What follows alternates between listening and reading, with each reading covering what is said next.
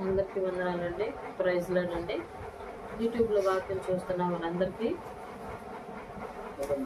చెప్పే మాట ఏంటంటే, నా వాక్యం ద్వారా మీరు బలపడుతున్నారని, వింటున్నారని నేను అనుకుంటున్నానండి. తప్పులేమి ఉంటే దయతో క్షమించండి.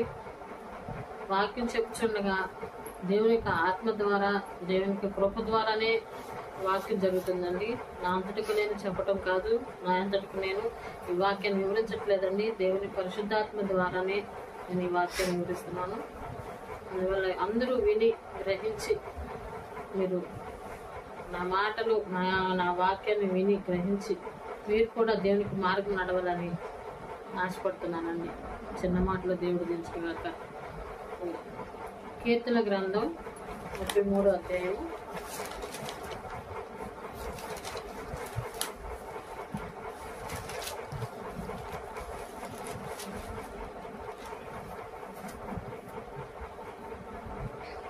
4వ వచనం. యెహోవా వాక్యము యథార్థమైనది, ఆయన చేయనిదంతయు నమ్మకమై ఉన్నది. నమ్మకమైనది.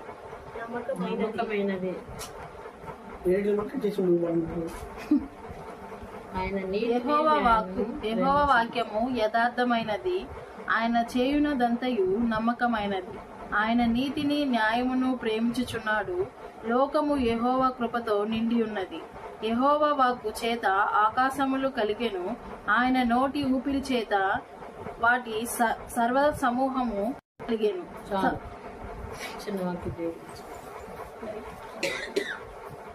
యెహోవా వాక్యము యథార్థమైనది. యెహోవా వాక్యం ఏమైంది? యథార్థమైనది. దానిలో ఏ దోషము లేదు, ఏ దోషము లేదు. యెహోవా వాక్యము యథార్థమైనది, ఏ దోషము దానిలో లేదు. యెహోవా వాక్యము యథార్థమైనది, ఆయన చేయనిదంతయు నమ్మకమైనది అని. ఆయన నీతి న్యాయమును ప్రేమించుచున్నాడు. లోకం యెహోవా కృపతో నిండి ఉన్నది అని. ఈ చిన్న వాక్యం ద్వారా మనం ప్రార్థన చేసుకుందాం. మొదట ప్రార్థన చేసుకుందాం. పరిశుద్ధుడైన తండ్రి, ప్రేమ గల దేవానికి వందనాలు, మీ స్తుతులు స్తోత్రములు నాయన. గొప్ప దేవ, అద్భుత కార్యాలు, ఆశ్చర్యకార్యాలు జరిగించేవాడా, నీకు వందనాలయ్యా. నీ వాక్యాన్ని ప్రభా వివరించండిగా మీరు మాకు తోడుగా ఉండండి ప్రభా. మీరు మాతో మాట్లాడండి, మాకు నీ యొక్క జ్ఞానము నింపండి ప్రభా. మా ఆలోచనలు, మా తలంపులు అయ్యా, వాటి వల్ల మేము నా ప్రభా నీ వాక్యాన్ని వివరించలేము, కానీ నీ యొక్క ఆలోచన, నీ యొక్క తలంపులు ప్రభా మాకు కలిగి మేము జీవించాలందుకు సహాయం ఇచ్చేయండి ప్రభా. నీ మాటలలోనే శక్తిని, నీ మాటల్లోనే బలమును మేము పొందుకున్నట్టుగా సహాయం ఇచ్చేయండి ప్రభా. తండ్రి, ఇదిగో నా నోరు నీ బోరుగా వాడుకోండి, నన్ను మీ సిలిసాటు మరుగుపరచండి తండ్రి. దేవా, నీ వాక్యం చెప్పుచుండగా తండ్రి తగిన జ్ఞానం కూడా నాకు దయచేయండి ప్రభా. ఎక్కడ తొందరపాటు సభ నాలో రాకుండా ప్రభా తండ్రి అయినా దుష్టుడికి ఎక్కడ మా మీద అధికారం లేకుండా సహాయం చేయమని ఈ ప్రార్థన ప్రభ మీ సన్నిధి చేర్చుకుని ప్రతిఫలం దయచేయమని నా ప్రభు నా రక్షణ యేసుక్రీస్తు రచనబడి వేడుకుంటున్నాను తండ్రి. ఆమేన్. యెహోవా వాక్యము యథార్థమైనది, ఆయన చేయనిదంతయు నమ్మకమైనది. ఆయన నీతిని న్యాయమును ప్రేమించుచున్నాడు. లోకము యెహోవా కృపతో నిండి ఉన్నది అన్న. లోకం ఎవరి కృపతో నిండి ఉంది? యెహోవా కృపతో నిండి ఉన్నది. లోకము యెహోవా కృపతో నిండి లేకపోతే లోకం ఏమైపోయేది? ఈ పాటికి లోకం ఏమైపోయేది? లోకము కులాలమైపోయేది. ఎందుకంటే దేవుని కృప మన మీద ఉండబట్టే శాంతిగాను, సమాధానంగాను, నెమ్మదిగాను మనం ఒకరి ఎడల ప్రేమ కలిగి, ఒకరి ఎడల ఒకరు జాలి కలిగి జీవిస్తున్నాం. అదే దేవుని కృప లేకపోతే ఏమైపోయేవాళ్ళం మనం? ఒకరి మీద ఒకరు కక్షలు, ఒకరి మీద ఒకరు సాడీలు, ఒకరి మీద ఒకరు జగడములు, ఒకరి మీద ఒకరు దెబ్బలాట్లు అన్నీ జరుగుతూ ఉండేవి. ఎందుకంటే దేవుని కృప లేదు కాబట్టి, లేకపోవటం వల్ల వచ్చే నష్టాలు జరుగుతున్నాయి అన్నమాట. నష్టాలు జరుగుతాయి.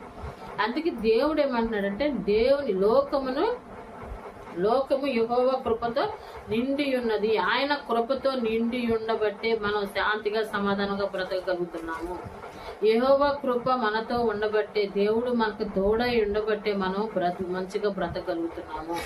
మనము ఎక్కడికి వెళ్ళినా, డ్యూటీలకు వెళ్ళినా, బజార్లకు వెళ్ళినా, ఊర్లు వెళ్ళినా, ప్రయాణాల్లో కూడా దేవుడు మనకు తోడుగా ఉంటున్నాడు కాబట్టి మనం చక్కగా క్షేమంగా మనము ఉండగలుగుతున్నాము.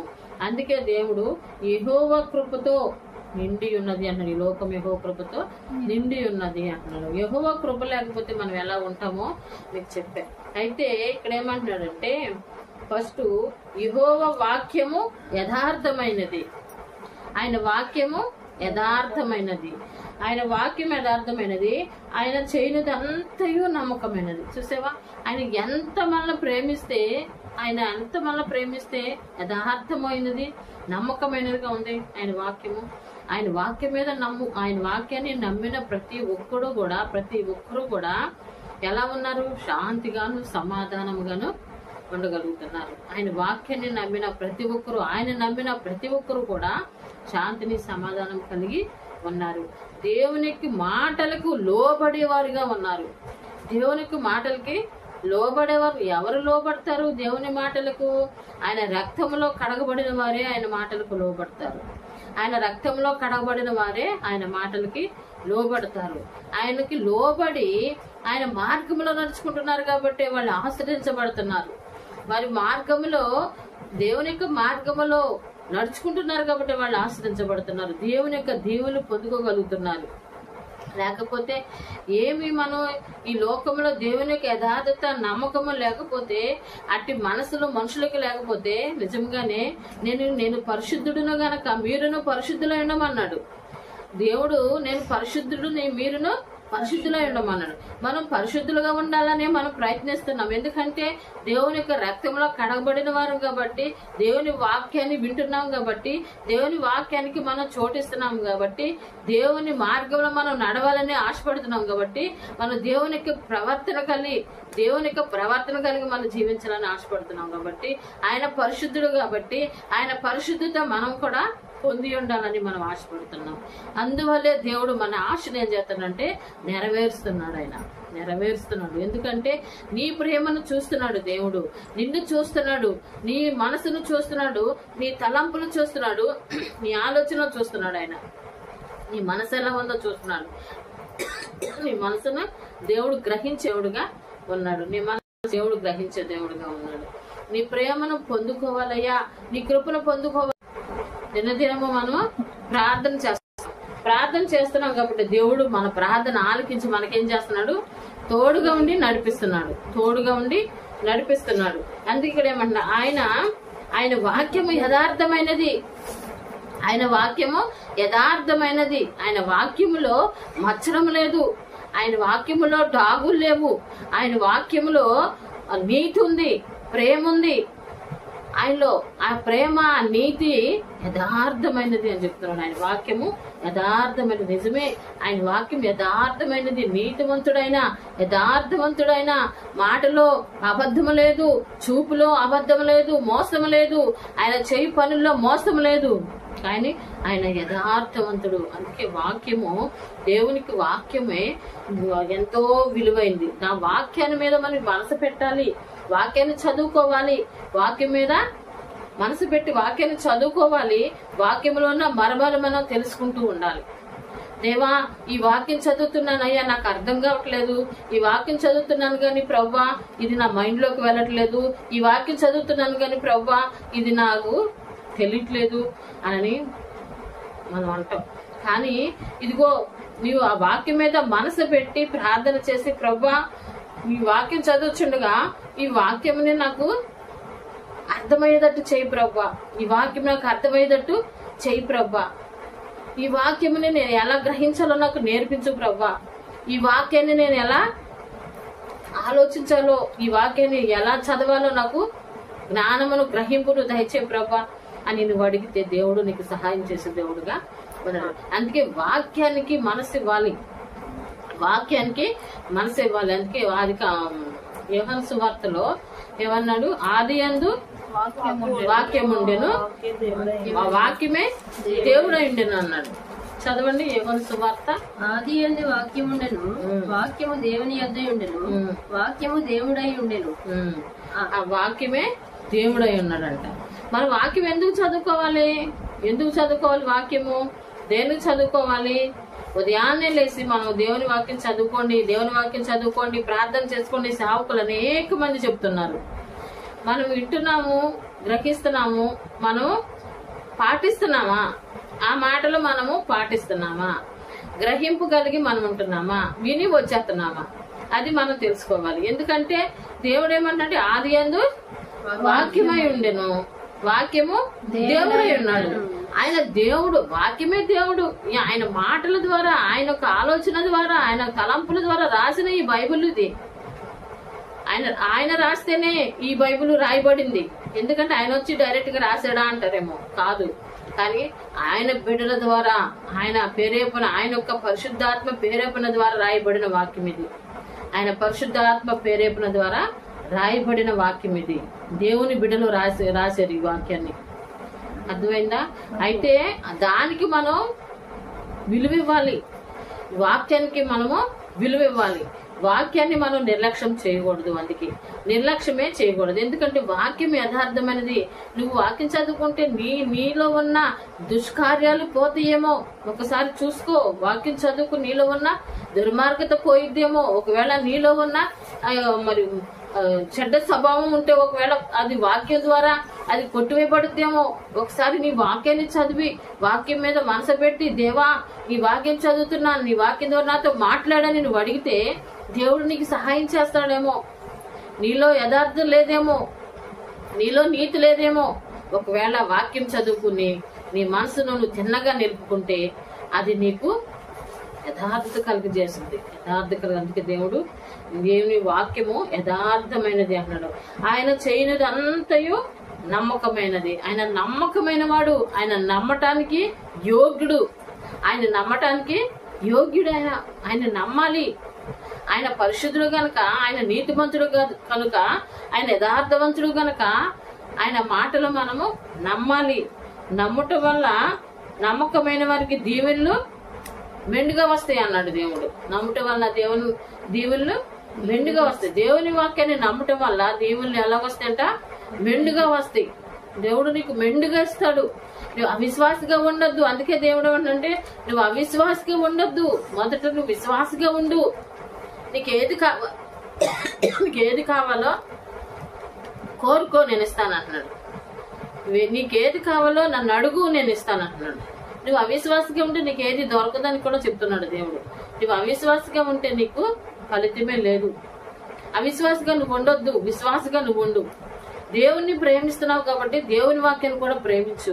దేవుడే వాక్యమే దేవుడు అని చెప్తున్నాడు కదా. అందుకు దేవుణ్ణి ప్రేమిస్తున్నావంటే దేవుని వాక్యాన్ని కూడా చదవాలి. ప్రేమించడం అంటే, దేవుని ప్రేమించడం అంటే ఏంటి? అయ్యా గుళ్ళోకి వెళ్ళి దండం పెట్టుకుని, అయ్యా మమ్మల్ని కాపాడయ్యా, మమ్మల్ని కాపాడయ్యా, మమ్మల్ని కాపాడయ్యా, మమ్మల్ని కాపాడయ్యా, మా ప్రయాణంలో తోడుకుండయ్యా, మాకు సహాయం చేయ ప్రభు, మాకు అది ఇవ్వయ్యా, మాకు ఇదయ్యా అని అడగటం కాదు. దేవుని వాక్యానికి ఎవరైతే లోబడతారో, దేవుని వాక్యానికి ఎవరైతే విధేయత కలిగి జీవిస్తారో, దేవుని వాక్యాన్ని ఎవరైతే ప్రేమిస్తారో, దేవుని వాక్యాన్ని ఎవరైతే నమ్మకం కలిగి జీవిస్తారో వారి యందు నేను ఉంటాను అంటున్నాడు దేవుడు. ఎవరి యందు? వారి యందు నేను ఉంటాను అంటున్నాడు. నువ్వు దేవుడి గుళ్ళోకి వెళ్ళిపోయి బైబిల్ చదువుకోకుండా, ప్రార్థన చేసుకోకుండా ప్రభు అని పిలిచివాడు పరలోక రాజ్యంలో ప్రవేశించినట్టు. అందుకే నా తండ్రి చిత్త ప్రకారం చేయవాడే అంటున్నాడు. నా తండ్రి చిత్త ప్రకారం చేయటం అంటే ఏంటి? వాక్యము చదవాలి, ప్రార్థన చెయ్యాలి, విశ్వాసగా నీవు ఉండాలి. నువ్వు దేవుని బిడ్డవు గనక దేవుని యొక్క రక్తంలో నువ్వు కడగబడ్డావు కాబట్టి నువ్వు ఎట్లా ఉండాలి? వెలుగుమయముగా ఉండాలి, చీకటిమయముగా ఉండకూడదు. చీకటిమయముగా ఉంటే ఉపయోగం లేదు. వెలుగుమయంగా ఉండాలి. నువ్వు వెలుగుమయంగా ఉండాలి. వెలుగుమయంగా ఉండాలంటే నువ్వేం చేయాలి? ఉదయాన్నే లేవాలి, వాక్యం చదవాలి, విశ్వాసంతో ప్రార్థన చేసుకోవాలి.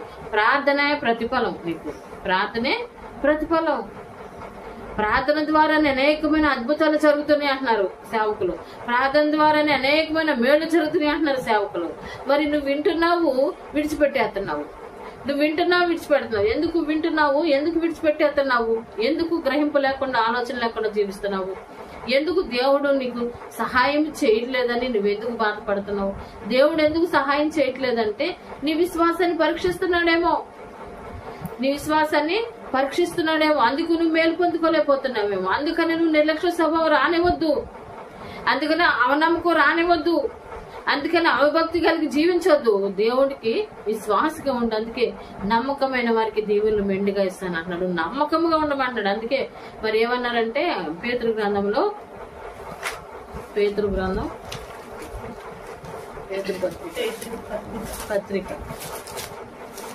పేతురు పత్రిక 5వ అధ్యాయము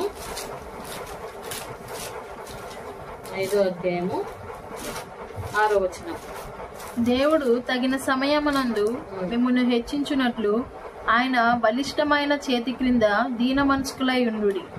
ఆయన మిమ్మును గూచి చింతించుచున్నాడు గనుక మీ చింత యావత్తు ఆయన మీద వేయుడి. నిబ్బరమైన బుద్ధి గలవారై మెలకువగా ఉండుడి. మీ విరోధి అయిన అపవాది గర్జించు సింహము వలె ఎవరిని మింగుదునా అని వెదుకుచూ తిరుగుచున్నాడు. చాలు చిన్న అయితే దేవుడు తగిన సమయం అందు ఏం చేస్తా ఉన్నాడు?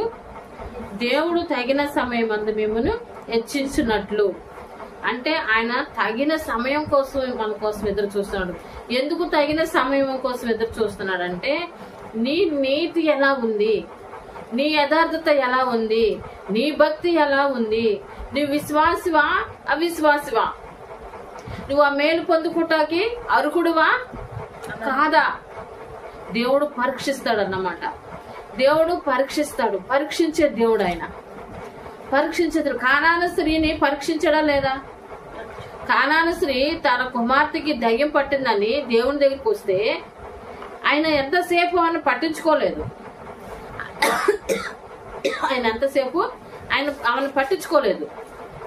ఆమెను పట్టించుకోలేదంటే ఆ విశ్వాసాన్ని పరీక్షిస్తున్నాడు దేవుడు.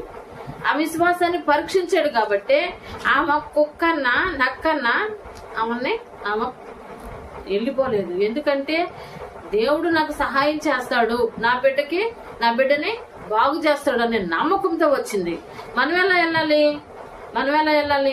నమ్మకంతోనే వెళ్ళాలి. అందుకే ఇక్కడ ఏమంటే దేవుడు తగిన సమయం ముందు మిమ్మల్ని హెచ్చించినట్లు ఆయన బలిష్టమైన చేతి క్రింద దీన మనసుకులో ఉండమంటున్నాడు. ఎలా ఉండాలి? దీన మనసుకులో ఉండాలి, కానీ నిద్రపోయేవారుగా ఉండకూడదు. వాక్యానికి లోబడేవారుగా ఉండాలి. దీన మనసుకులో ఉండాలి. దీనత్వం కలిగి ఉండాలి. దేవునికి మహిమ కలుగాక. ఆమేన్. స్తుతి చేయుట యథార్థవంతులకి శోభస్కరము అన్నాడు. శోభస్కరము అన్నాడు. అందుకే ఇక్కడ దీన మనసులో ఉండుడి. ఆయన మిమ్మల్ని గూర్చి చింతించుచున్నాడు. ఎవరి గురించి చింతిస్తున్నాడు? ఎవరి గురించి చింతిస్తున్నాడు? మన కోసమే, మన గురించే చింతిస్తున్నాడు. కానీ మనం మేలు చేయడేమో, మనకి మేలు చేయడేమో, మన అవసరత తీర్చడేమో, మనం అడిగిన ఇవ్వడేమో అని మనం మానవులుగా దిగులు పడతా ఉంటాం, బాధపడతా ఉంటాం. కానీ దేవుడైతే మన గురించి చింతిస్తాడంట. నా బిడ్డలకి నేను ఆ మార్గంలో సహాయం చేయాలి. నా బిడ్డలు నన్ను నమ్ముకుని జీవిస్తున్నారు, నమ్మకమైన వారుగా ఉన్నారు, మెండైన దీవులు కలిగి జీవించేవారుగా చేయాలి. వారికి నేను సహాయం చేయాలి. ఆయన ఏం చేస్తున్నాడంట? మన కొరకు ఆయన చింతిస్తున్నాడు అని. కనుక మీ చింత యావత్తు ఆయన మీద వెయ్యండి. మీ చింత యావత్తు ఆయన మీద వేయాలి. అప్పుడు దేవుడు మన కార్యాలు సఫలపరుస్తాడు. దేవుడు త్రోసివేసే దేవుడు కాదు. దేవుడు నీ మాటలు వినే దేవుడు కాదనుకుంటున్నావేమో. నీ మాటలు వింటాడు, నీ ప్రార్థన వింటాడు. విశ్వాసంతో చేసిన ప్రతి మాట కూడా ఆయన ఆలకిస్తాడు. ఆయన ఆలకించే దేవుడు, ఆయన ప్రతిఫలం ఇచ్చే దేవుడు. నీ చింత యావత్తు ఆయన మీద వేసి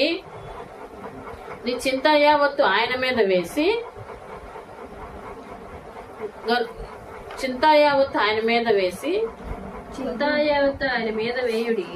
నిబ్బరమైన బుద్ధి గలవారై మెలకువగా ఉండుడి.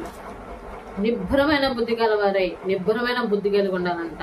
నిబ్బరమైన బుద్ధి అంటే కలవరపడుతూ అమ్మో ఏం జరుగుద్దో ఏమవుద్దో నా పని జరుగుద్దో లేదో, నా పని జరుగుద్దో లేదో, దేవుడు చేస్తాడో లేదో, దేవుడు అసలు మనల్ని పట్టించుకుంటున్నాడో లేదో, దేవుడు అసలు మన ప్రార్థన ఆలకిస్తున్నాడో లేదో, అలా ఉండకూడదు. ఆ బుద్ధి ఉండకూడదు మనకి. దేవుడు చేస్తానన్నాడు, దేవుడు చేస్తాడు, అంతే నమ్మకం చేయాలి. పిల్లలు పుట్టకపోయినా సరే పిల్లలు పుడతారు, దేవుడు నాకు ఇస్తాడని నమ్మాలి. ఆస్తి ఒకవేళ నీ దగ్గర డబ్బు ధనం లేకపోతే నీ అవసరం ఏమైనా ఉంటే ఇది దేవుడు నాకు చేస్తాడు అని నమ్మాలి. అంతేగాని అవనమ్మకం మనలోకి రాకూడదు, అవిశ్వాసం మనలోకి రాకూడదు. అక్కడే మనం దెబ్బతింటాం. అందుకే ఇక్కడ ఏమన్నా నిబ్బరమైన బుద్ధి గలవారే, నిబ్బరంగా ఉండాలి, ధైర్యంగా ఉండాలి. దేవుడు ఏమన్నా అందుకే బైబిల్లో 366 సార్లు బైబిల్లో భయపడుకుడి అని చెప్పాడంట, దేవుడు రాశారంట. మరి ఆ భయం అనేది మనలోకి రాకూడదు. ఆ పిరికి స్వభావం అనేది మనలోకి పెట్టేది సాతానే. దురాత్మ ఆలోచనలు కలగజేస్తుంది మనకి. ఎందుకంటే దేవుని మీద నిందలేసేటట్టుగా చేస్తుంది, దేవుణ్ణి దూషించేటట్టుగా చేస్తుంది, దేవుణ్ణి అవమానపరిచేటట్టుగా చేస్తుంది. దేవుడు ఎంత నమ్ముకున్నాను, ఎంత విశ్వాసం కలిగి జీవిస్తున్నాను, పొద్దున్నే లేచి ప్రార్థన చేసుకుంటున్నాను, వాక్యం చదువుకుంటున్నాను, నా కార్యాలు ఏమి సఫలపరచట్లేదు, దేవుడు నాకేమి మేలు చేయట్లేదు. ఇవన్నీ దురాత్మ పలికించే మాటలని మనం గ్రహించి ఈ అపవాది ఆలోచనలు కలిగి నేనున్నానేంటి, ఈ అపవాది తలంపులు కలిగి నేనున్నానేంటి, వెంటనే దాన్ని తరిమి కొట్టేవారిగా మనం మోకరించి ప్రార్థన చేసుకునే, ప్రభా నన్ను క్షమించయ్యా, అపవాది ఆలోచనలతో నిండిపోయి ఉన్నాను, నన్ను క్షమించు ప్రభా, నా దోషములు నా పాపములు క్షమించు ప్రభా, నా విజేతలు క్షమించు ప్రభా, నా ప్రార్థనను క్షమించు ప్రభా అని దేవుని క్షమాపణ అడిగి నిబ్బరమైన బుద్ధి కలిగి నీవు చేసే మేలు కొరకు నేను ఎదురు చూస్తాను ప్రభా అని ఎప్పుడైతే నమ్మకంతో విశ్వాసముతో నువ్వు ఉంటావో అప్పుడు దేవుడు నీకు సహాయం చేసే దేవుడుగా ఉన్నాడు. కానాను స్త్రీకి సహాయం చేశాడా లేదా? కానాను స్త్రీకి సహాయం చేశాడుగా. ఎంత ఓపికతో ఉన్నావా, ఎంత ఓపికతో ఉంది. కుక్కకి నేను పెట్టను అన్నాడు. రొట్టె పిల్లలకు పెట్టి రొట్టె ముక్కలు కుక్క పిల్లలకు పెడతాం యుక్తము కాదన్నాడు. అలా అయినా సరే ఆ ఓర్చుకుందా లేదా? మనమే పెట్టాలమమ్మా, మనం కూడా ఓర్చుకోవాలి. మన విశ్వాసం ఏ పాటిది అనుకోవాలి, నా భక్తి ఏ పాటిది ప్రభా, నీ విశ్వాసం ముందు, నీ యథార్థత ముందు, నీ నమ్మకమైన మనసు కలిగిన వాడివి నువ్వు. దేవుడు అదే కదా చెప్తున్న కీర్తన గ్రంథంలో, నమ్మకమైన మనసు గలవాడివి, యథార్థవంతుడివి నువ్వు, నీతిమంతుడు నీవు. నీ ముందు మా విశ్వాసం ఏ పాటిది ప్రభా, మమ్మల్ని క్షమించయ్యా. నీ మాటలకు లోబడి, నీ విశ్వాసానికి లోబడి మేము జీవించే వరకు మమ్మల్ని సిద్ధపరచు ప్రభా, మాతో మాట్లాడు తండ్రి అని ఎప్పుడైతే నువ్వు విశ్వాసంతో దేవుణ్ణి అడుగుతావో దేవుడు నీతో ఉండే దేవుడుగా ఉన్నాడు. అందుకే ఇక్కడ నిబ్బరమైన బుద్ధి గలవారై ఉండి మెలుగుగా ఉండండి అన్నాడు. మెలుగుగా ఉండాలి. అపవాది ఎప్పుడు చోటు చేసుకుంటుందో మనలోకి తెలీదు, ఎప్పుడు చోటు చేసుకుని మనలో దొరబడద్దో తెలీదు. అందుకే దేవుడు మెలుగుగా ఉండి ప్రార్థన చేసుకోండి, మెలుగు కలిగి ప్రార్థన చేసుకోండి. మోసపోకడే దేవుడు ఎక్కిరించబడాడు అన్నాడు ఒకసారి యాకోబు పత్రికలో 2వ వచనం. యాకోబు 1వ అధ్యాయం. నా సహోదరులారా, మీ విశ్వాసమునకు కలుగు పరీక్ష ఓర్పును పుట్టించునని ఎరిగి మీరు నానా విధములైన శోధనలలో పడకుండునప్పుడు అది మహానందమని ఎంచుకొనుడి. మీరు ఏమన్నాడంటే, నా సహోదరులారా మీ విశ్వాసమునకు కలుగు పరీక్ష. చూసావా, విశ్వాసానికి దేవుడు పరీక్ష పెడతాడాయన, విశ్వాసానికి పరీక్ష పెట్టే దేవుడు ఆయన. మన విశ్వాసాన్ని పరీక్ష పెడుతున్నాడు. నువ్వు నమ్మకంగా ఉంటావా, నమ్మకంగా ఉండవా, జారిపోతావా, అవిశ్వాసిగా ఉంటావా, విశ్వాసిగా ఉంటావా? దేవుడు మనల్ని పరీక్షించే దేవుడు కొన్నాడు ఓర్పుతో. ఇదిగో పరీక్ష, పరీక్ష దేనికి పెడుతుంట? ఓర్పును పుట్టించునని ఎరిగి మీరు నానా విధమైన శోధనలో పడినప్పుడు అది మహానందమని ఎంచమంటున్నాడు. ఏమని ఎంచమంటున్నాడు? మహానందమని ఎంచమంటున్నాడు. 5వ వచనం చదువు. మీలో ఎవరికైనాను జ్ఞానము కొదువుగా ఉన్న ఎడల అతడు దేవుణ్ణి అడగవలను, అప్పుడది అతనికి అనుగ్రహింపబడును. మీలో ఎవరికైనా జ్ఞానము కొదువుగా ఉన్న ఎడల అతడు దేవుని అడగవలెను. నీకు జ్ఞానం లేకపోతే నన్ను అడుగు అంటున్నాడు దేవుడు. నీకు జ్ఞానం లేకపోతే నన్ను అడుగు, నేను నీకు ధారాళంగా ఇస్తాను అంటున్నాడు. మీలో ఎవరికైనా జ్ఞానము కొదువుగా ఉన్న ఎడల అతడు దేవుని అడగవలెను, అప్పుడు అది అతనికి అనుగ్రహింపబడును అంటున్నాడు. అనుగ్రహించబడుద్ది, దేవుడు నీకు ఇస్తాడు. ప్రభు నాకు జ్ఞానం లేదయ్యా, ఈ లోకంలో నేను ఎలా నడుచుకోవాలో, ఎలా జీవించాలో, ఎలా బ్రతకాలో నాకు తెలివి లేదయ్యా, నన్ను క్షమించు ప్రభా అని నువ్వు అడిగితే, దేవుడు నేను అడిగితే నాకు జ్ఞానం ఇవ్వయ్యా నువ్వు అడిగితే, సలోమోను జ్ఞానం అడిగాడా? సలోమోను జ్ఞానం అడిగాడా? జ్ఞానం అడిగినప్పుడు జ్ఞానం ఇచ్చాడా లేకపోతే ఏమని ఇచ్చాడా? మొత్తం ఇచ్చేసాడు. చూసావా, డబ్బు అడగలా, దురాశ రానివ్వు లైన్లోకి. ఎందుకంటే ఈ దేశాన్ని పరిపాలన చేయమంటున్నావు, ఈ ప్రజల మీద నన్ను అధికారిగా ఉంచావు, ఈ ప్రజల మీద నన్ను అధికారిగా ఉంచావు కదా ప్రభా, మరి వీళ్ళందరినీ నేను పోషించడం నాకు డబ్బు కావాలి కదా అని అడగలా. డబ్బు కావాలి, వీళ్ళందరినీ పోషించడానికి వాళ్ళు వచ్చి వీళ్ళు వచ్చి నన్ను ఏమైనా డబ్బులు అడుగుతారేమో, నాకు జరగట్లేదని, నా కుటుంబం జరగట్లేదు, నా బిడ్డలకు అది వచ్చింది ఇది వచ్చిందని అడుగుతారేమో. ప్రభు మరి నా దగ్గర డబ్బు లేదే అని అడగలా, డబ్బు అడగలా, బంగారం అడగలా, వెండి అడగలా, ఏది అడగలా, ఏది కావాలో అది అడిగాడు. అనవి ప్రభు అని అడిగాడు. ఎప్పుడైతే దేవుడు ఆయన నీతిని చూశాడు నీతిని, ఆయన యథార్థతని నీతిని చూశాడు కాబట్టి అవన్నీ దేవుడు ఇచ్చేసాడు సొలొమోనుకి. అవన్నీ ఎండి బంగారాలు, వెండి కూడా, జ్ఞానం కూడా ఇచ్చేసాడు. మరి అన్ని ఇచ్చేసినప్పుడు ఆయనలో యథార్థత చూసినప్పుడు ఆయనకు అన్ని ఇచ్చినప్పుడు మనలో కూడా యథార్థత ఉండాలి కదా, మనలో కూడా నీతి ఉండాలి కదా, మనలో కూడా మంచి ఉండాలి కదా. దేవుని మోసం చేసే మనసు మనలో ఉంటే, దేవుని మోసపరిచే మనసు మన తలంపులు మనలో ఉంటే, మనుషుల్ని మోసం చేయొచ్చు కానీ దేవుని మోసం చేయకూడదు. మనుషులు కూడా మోసం చేయకూడదు, ఎందుకంటే మనుషులు కాబట్టి చెప్తున్నా నేను. అలా మనుషులు మోసం చేసేమేమో, ఒకవేళ వాళ్ళకి తెలియకుండా చేసినా చేయకపోయినా మనుషులు మోసం చేయరు. కానీ దేవుడు కనిపెట్టరు, మనుషులు దేవుడు కనిపెడతాడు కదా, దేవుడు పైనుండి చూస్తున్నాడు కదా, కనిపెడతాడు కదా. ఆయన సొలొమోను జ్ఞానాన్ని చూసినోడు, ఆయన హృదయాన్ని ఎరిగిన దేవుడు, ఆయన ఆలోచన ఎరిగిన దేవుడు మన హృదయాన్ని, మన ఆలోచన కూడా ఎరుగుతాడా లేదా, మన తలంపులు తెలుసుకుంటాడా లేదా, మన తలంపులు కూడా తెలుసుకుంటాడు. ఆ రోజుల్లో సొలొమోనుతో మాట్లాడిన దేవుడు ఈ రోజుల్లో కూడా మనతో మాట్లాడుతున్నాడు వాక్యం ద్వారా. దేవునికి మహిమ కలుగాక. ఆమేన్. ఇక్కడ ఏం చెప్పారంటే, మోసపోకుడి దేవుడు ఎక్కిరింపబడు అన్నాను కదా. గలతీయులకు రాసిన పత్రిక 6వ అధ్యాయము 7వ వచనం. మోసపోకుడి దేవుడు వెక్కిరింపబడు, మనుషుడు ఏమి విత్తునో ఆ పంటనే కోయును. చాలు, చూసావా, మోసపోకుడి దేవుడు వెక్కిరింపబడడు. మోసపోకూడదు అంటున్నాడు దేవుడు. మోసపోవటం అంటే ఏంటి? మనం మోసపోవటం అంటే దేవునికి వ్యతిరేకంగా తిరగటమే, దేవుని ఆలోచనలు మర్చి తిరగటమే, దేవునికి లోబడకుండా ఉండటమే, దేవుణ్ణి స్తుతించకుండా ఉండటమే, దేవుని వాక్యానికి దూరంగా ఉండటమే. అదే మనం మోసపోవటం అంటే. మోసపోవటం అంటే ఏదో డబ్బు వల్ల మోసపోవటమో, మనుషుల వల్ల మోసపోవటమో కాదు. మనం మోసపోవటం ఏంటంటే దేవునికి దగ్గరగా ఉండకోకుండా సాతాను మనం దూరం చేస్తుంది. అదే మోసపోవటం, అదే మోసపోవటం. అది తెలుసుకోండి మీరు. దేవునికి దగ్గరగా ఉన్నామా లేదా, దేవుని మాటకి మనం లోబడుతున్నామా లేదా, దేవుని మనం స్తుతిస్తున్నామా లేదా, దేవుడు మన ప్రార్థన ఆలకిస్తున్నాడా లేదా, అది మనం గ్రహించుకోవాలి. దేవుల్లోనే ఉన్నాం కదా అనుకుంటాం, కానీ మనం మన ఆలోచనలు ఎక్కడున్నాయో గ్రహించుకోవాలి, మన తలంపులు ఎక్కడున్నాయో గ్రహించుకోవాలి. అందుకే దేవుడు ఏమంటే, మోసపోకుడి దేవుడు ఎక్కిరింపబడడు. దేవుడు ఎక్కిరింపబడడు, దేవుడు ఎక్కిరింపబడి మనుషుడు ఏమి విత్తును ఆ పంటనే కోయిను అంటున్నాడు. ఇది ఎత్తితే ఆ పంటే కోస్తావు. నువ్వు దేవుని దగ్గరికి వచ్చి నువ్వు ఏ పంట కోతున్నావు? ఏ పంట కోతున్నావు నువ్వు? వాక్యం అనే విత్తనాలు నీ హృదయంలో వేసుకుంటున్నావా? వాక్యం అనే తలంపులు కలిగి నువ్వు జీవిస్తున్నావా? వాక్యానికి లోబడి నువ్వు జీవిస్తున్నావా? వాక్యానికి విధేయుడై ఉన్నావా? వాక్యాన్ని ప్రేమిస్తున్నావా?